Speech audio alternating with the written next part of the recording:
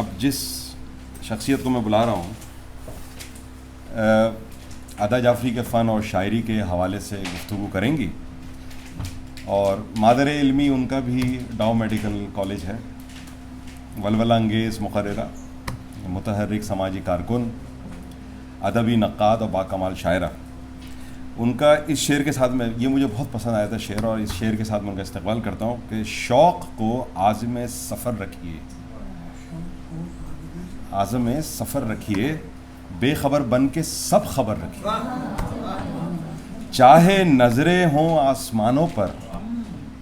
چاہے نظریں ہوں آسمانوں پر، پاؤں لیکن زمین پر رکھیے۔ آپ کی تالیوں میں نکھت افتخار۔ اور ان کو نگہت مت بولیے گا،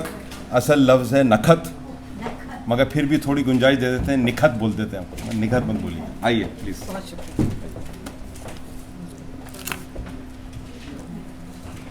افتخار عارف صاحب کے بعد بولنا بہت مشکل ہے، دیکھنا تقریر کی لذت کے جو اس نے کہا، میں نے یہ جانا کہ گویا یہ بھی میرے دل میں ہے۔ تم ایک عورت ہونے کا دکھ جھیل رہی تھی، تم ایک عورت ہونے کا دکھ جھیل رہی تھی، نظروں کی تلوار پہ کب سے ڈول رہی تھی، فکر تمہاری اپنی خوف کی گٹھری میں، مگر جب تم نے اپنے انداز میں بات کرنا شروع کی، جب اپنی آواز کو کائنات کی سماعتوں میں منتقل کیا، جب اپنے خوف سے باہر آئیں، تو جو آواز سامنے آئی اسے دنیا نے اردو ادب کی خاتون اول قرار دیا، اور آج ہم اسی خاتون اول یعنی ادا جعفری کو خراج عقیدت، خراج تحسین پیش کرنے کے لیے یہاں جمع ہوئے ہیں۔ اور میں سراپا سپاس ہوں یوسف صاحب آپ کی، ڈاکٹر وقار یوسف، ڈاکٹر جاوید شیخ صاحب، اکرم قائم خانی اور تمام رفقائے کار جو آواز اردو لندن کے ہیں، کہ انہوں نے مجھے یہ موقع دیا کہ میں اظہار خیال کر سکوں۔ اور ساتھ ساتھ میں مبارکباد پیش کرنا چاہوں گی ڈاکٹر عامر جعفری اور اسرا جعفری کو کہ انہوں نے ان کی کتاب جو رہی سو بے خبری رہی کا بہت خوبصورت ترجمہ کیا۔ ترجمہ کرنا اپنی جگہ ایک بہت ہی مشکل کام ہے، اور خاص طور پر ایک ایسی کتاب کا ترجمہ کرنا کہ جسے ایک ایسی ہستی نے رقم کیا ہے کہ جس کے ہر لفظ کے تہ در تہ معنی ہوتے ہیں، مفاہیم اور مطالب کے جو ہے ایک سمندر وہاں موجود ہے۔ اور نہ صرف یہ بلکہ اردو نثر کی تمام تر لطافتوں اور دلکشی کے ساتھ جس چیز کو سپرد قلم کیا گیا ہو اس کا ترجمہ کرنا کوئی آسان کام نہیں ہے۔ تو میں بہت مبارکباد پیش کرنا چاہوں گی انہوں نے جو یہ کوشش کی، جو یہ کاوش کی۔ میں سمجھتی ہوں کہ جو تاریخ دان ہوتے ہیں، ہسٹورینز ہوتے ہیں، وہ تاریخ لکھتے ہیں لیکن اکثر جانبدار ہو جاتے ہیں، مختلف قسم کے دباؤ موجود ہوتے ہیں جس کی وجہ سے تاریخ اکثر جو ہے وہ ڈاؤٹ فل ہو جاتی ہے۔ لیکن جب کوئی فنکار، کوئی تخلیق کار اپنی خود نوشت لکھتا ہے، اپنی آپ بیتی لکھتا ہے، تو وہ دراصل ایک متوازی تاریخ لکھ رہا ہوتا ہے، اور بہت ضروری ہوتا ہے کہ ہم جو وہ تاریخ وہ لکھ رہا ہے، متوازی تاریخ، وہ نہ صرف اس سے دنیا اس شاعر کے جذبات، خیالات، احساسات، رجحانات کو جانتی ہے، اس کے پس منظر کو سمجھتی ہے، بلکہ اس زمانے کے معاشرتی اور سماجی جو تضادات ہیں ان سے بھی واقف ہو جاتی ہے۔ اور اس کو اگر اردو سے انگریزی میں جب ہم یہ ترجمہ کیا گیا تو گویا ہم اپنے ادبی اثاثے کو پوری دنیا سے روشناس کرا رہے ہیں۔ تو یہ ایک بہت ہی اہم کام تھا جو آپ نے کیا، اور اس کے لیے جتنی مبارکباد پیش کرنا چاہوں وہ کم ہے۔ اور ادا جعفری ایک ایسا نام، ایک ایسی شخصیت کہ جنہوں نے جو کچھ لکھا وہ اب محض ابھی انہوں نے میرا ایک شعر پڑھا تھا، شوق کو عازم سفر رکھیے، بے خبر بن کے سب خبر رکھیے۔ تو ہمارے ہاں تو شاید تھوڑی سی ہوشیاری آ گئی ہے کہ ہم بے خبر بن کے بھی خبر رکھنا چاہتے ہیں، لیکن ادا جعفری نے کیا کہا؟ انہوں نے کہا جو رہی سو بے خبری رہی،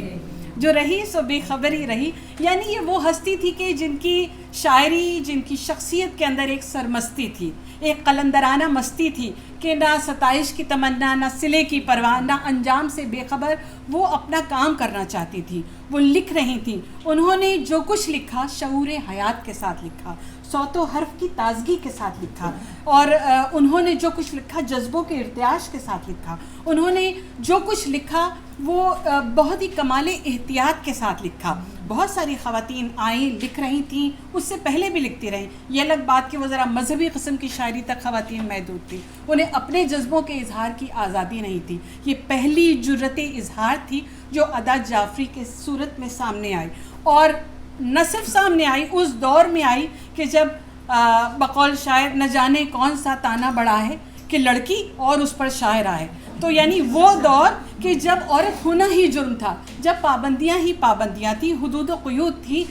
بہت مسائل تھے. اس زمانے میں ادا جعفری نے لکھا، اور اتنے بھرپور انداز میں لکھا کہ آنے والی نسلیں ان کے لیے ایک کو حوصلہ دے گئیں. اور انہوں نے جو کچھ لکھا ان کے شعر آپ تک پہنچانا چاہوں گی کہ انہوں نے محض اپنی ذاتی واردات نہیں لکھی، انہوں نے صرف حدیث دل نہیں لکھی، انہوں نے صرف غم جانا کی بات نہیں کی، غم دوراں کی بات کی، غم روزگار کی بات بھی کی. انہوں نے زمانے کے سماج کے جو متضاد رویے تھے ان کے خلاف آواز بغاوت بھی بلند کی. انہوں نے احتجاج بھی کیا اور کہا کہ یہ آنسوؤں کا دھندلکا سہا نہیں جاتا، یہ آنسوؤں کا دھندلکا سہا نہیں جاتا، سسکتا چھوڑ کے آگے بڑھا نہیں جاتا، میں نشاط کا ساغر پیا نہیں جاتا، نگاہ دہر سے نظریں چرا نہیں سکتی، غم حیات کی تلخی مٹا نہیں سکتی، حقیقتوں کو فسانہ بنا نہیں سکتی. تو نہ انہوں نے حقیقتوں کو فسانہ بنایا، نہ فسانوں کو حقیقت کا روپ دیا، بلکہ وہ صفاق سے صفاق حقیقت کا آئینہ بن کے کھڑی ہو گئی. اور کہتی ہیں یہ احتیاج کے پھندے، یہ آرزو کا گلا، یہ احتیاج کے پھندے، یہ آرزو کا گلا، یہ مردہ ہاتھوں میں بے باک زندگی کا عصا، قدم قدم پہ سسکتی ہیں ان گنت لاشیں کہ بک رہی ہے سرے راہ روح کی قاشیں. یہ راہ گزر میرے پائے جنوں کو راس نہیں، یہ راہ گزر میرے پائے جنوں کو راس نہیں، یہ تیرگی میری تعمیر کی اساس نہیں. اور انہوں نے نہ تو کسی اندھیرے کے سامنے سر جھکایا، نہ گھٹنے ٹیکے. ان کے پائے استقلال میں کوئی جنبش نہیں آئی. ان کا جو وتیرہ تھا، جو روز اول تھا، وہ روز آخر تک وہی رہا. اور ان کی خصوصیت یہ تھی کہ فرسودہ نظام کے خلاف ضرور تھیں، لیکن ان کی شاعری میں آپ کو قدیم و جدید الفاظ کا ایک خوبصورت امتزاج ملے گا. اور یہ اسلوب ایک نیا ترقی پسندانہ اسلوب تھا جو کہ سامنے آیا. خاص بات ان کی یہ تھی، بہت سارے لوگوں نے لکھا، بعد میں آنے والی خواتین نے بھی لکھا، بہت سارے لوگوں نے شہرت کے حصول کے لیے لکھا، بہت سارے لوگوں نے عامیانہ انداز میں لکھا، بہت سارے لوگوں نے نعرے بازی کے انداز میں لکھا. لیکن ادا جعفری کا کمال یہ تھا کہ انہوں نے جو بھی احتجاج کیا، انہوں نے جو بھی بغاوت کی، اس کے اندر ایک شائستگی کے دامن کو تھامے رکھا. ان کے ہاں ایک وقار تھا، ان کے ہاں ایک تمکنت تھی، ان کے ہاں ایک رکھ رکھاؤ موجود ہے ان کی شاعری میں. جس انداز سے انہوں نے کہا، یہ الگ بات، انہیں ایک نئے نظام کی تمنا ضرور تھی، انہیں ایک نئے نظام کی تمنا تھی. لیکن اس کے باوجود جس طرح بارش کا پہلا قطرہ بننا بہت مشکل ہوتا ہے، جب جس طرح کسی جلتے ہوئے توے پہ جب پہلی چھینٹ پڑتی ہے تو کیا آواز بلند ہوتی ہے، بڑی مترنم سی آواز ہوتی ہے، لیکن وہ فنا ہو جاتا ہے وہ قطرہ. بالکل اسی طرح پہلا قطرہ بننا بہت مشکل تھا جو ادا جعفری بنی، لیکن اس تمکنت کے ساتھ بنی کہ وہ آنے والی نسلوں کے لیے ایک مثال بن گئی. لیکن انہیں ایک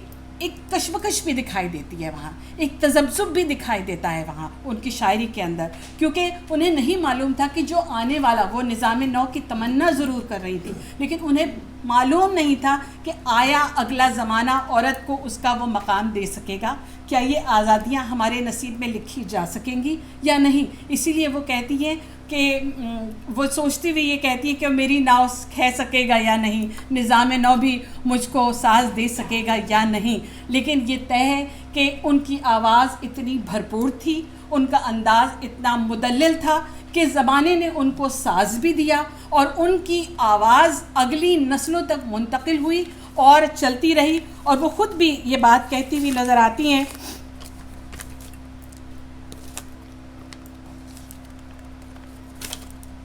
کہ نئے راہی نئی منزل نیا سامان سفر،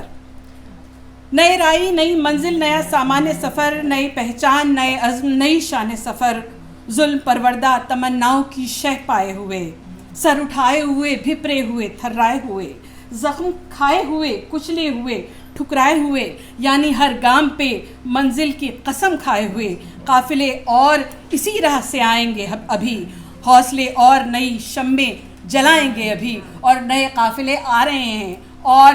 ادا جعفری کی آواز زمانوں کے دوش پر اب بھی رواں دواں یہ کہتی ہوئی نظر آتی ہے کہ ہر دل کو دھڑکنے کی ادا ہم نے سکھائی، ہر دل کو دھڑکنے کی ادا ہم نے سکھائی، ہر دہر کو چلنے کی ادا ہم نے سکھائی، ہم جہل کے صحراؤں میں باغوں کی طرح ہیں، ہم شب کے اندھیروں میں چراغوں کی طرح ہیں، ہم زہر کے پیالوں میں اتر کر نہیں ڈرتے، ہم زندہ و جاوید ہیں مر کر نہیں مرتے۔